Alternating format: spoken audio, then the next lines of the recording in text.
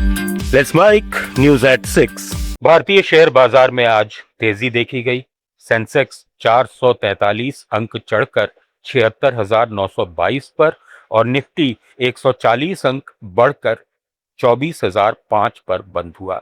Realty, FMCG और media सेक्टरों में अच्छी खरीदारी हुई, जबकि आईटी और मेटल सेक्टरों में गिरावट रही।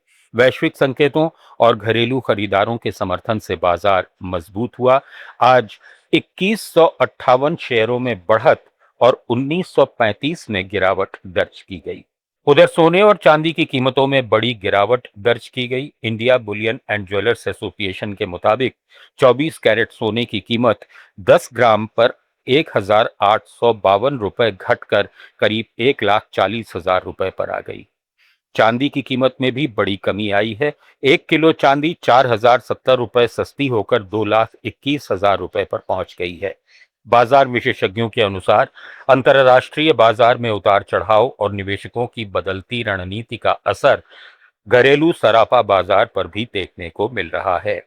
देश का जीएसटी कलेक्शन जून 2026 में 1,94,000 करोड़ रुपए रहा है।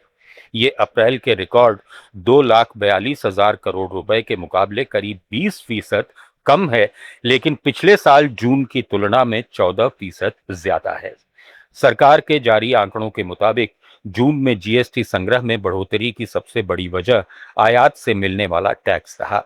आयातित वस्तुओं से मिलने वाला ग्रॉस जीएसटी रेवेन्यू 35% बढ़कर 60,000 करोड़ रुपए से ज्यादा हो गया। वहीं घरेलू लेन देन से मिलने वाला राजस्व 6.5% बढ़कर 1,34,000 करोड़ रुपए रहा। कर्नाटक के दक्षिण कन्नड़ जिले में एक निजी बैंक ने ग्रामीण क्षेत्रों से 140 करोड़ रुपए जमा किए, लेकिन वहां सिर्फ 80 लाख रुपए ही कर्ज दिए। जिला पंचायत सीईओ ने बैंकों से आवास और गैर प्राथमिकता क्षेत्रों में ऋण बढ़ाने को कहा है। वित्त वर्ष 2025-26 में प्राथमिकता क्षेत्र में 535 करोड़ रुपए वितरित किए गए, जो लक्ष्य का 79.73% है। जिले में कुल ऋण जमा अनुपात 69.4% रह गया, जबकि आरबीआई 60% का स्तर तय करता है। कुल बैंकिंग कारोबार 1,45,470 करोड़ रुपए पहुंचा, जिसमें जमा 85,873 करोड़ और अग्रिम 59,596 करोड़ रुपए हैं। कर्नाटक में बस किराया बढ़ाने पर विचार हो रहा है। परिवहन मंत्री बायरथी सुरेश ने बेंगलुरु में मीडिया से कहा कि पिछले 5-6 महीनों में ईंधन की कीमत 4 बार बढ़ चुकी है, जिससे राज्य सड़क परिवहन निगमों को भारी वित्तीय नुकसान हो रहा है। सरकार महिला यात्रियों को मुफ्त यात्रा देने वाली शक्ति योजना के तहत 5,500 करोड़ रुपए के बकाया भुगतान को लेकर भी चिंतित है।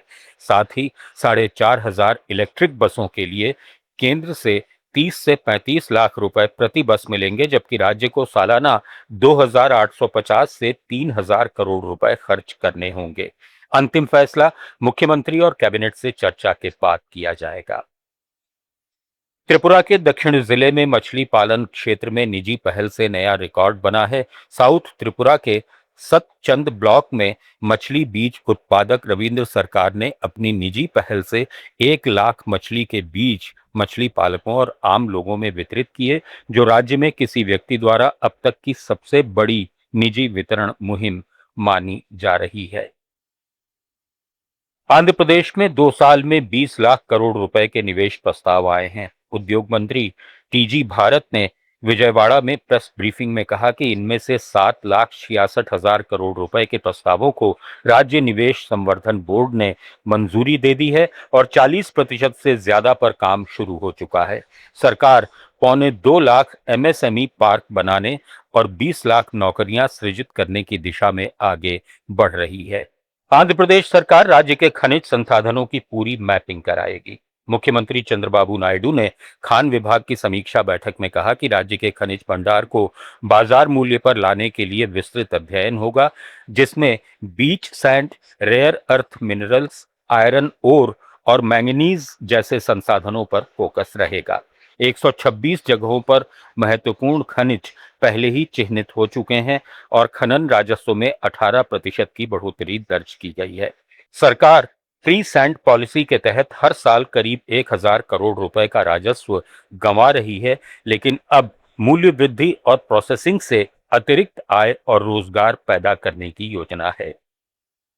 न्यूज एट 6 में फिलहाल इतना ही। जुड़े रहिए लेट्स माइक के साथ।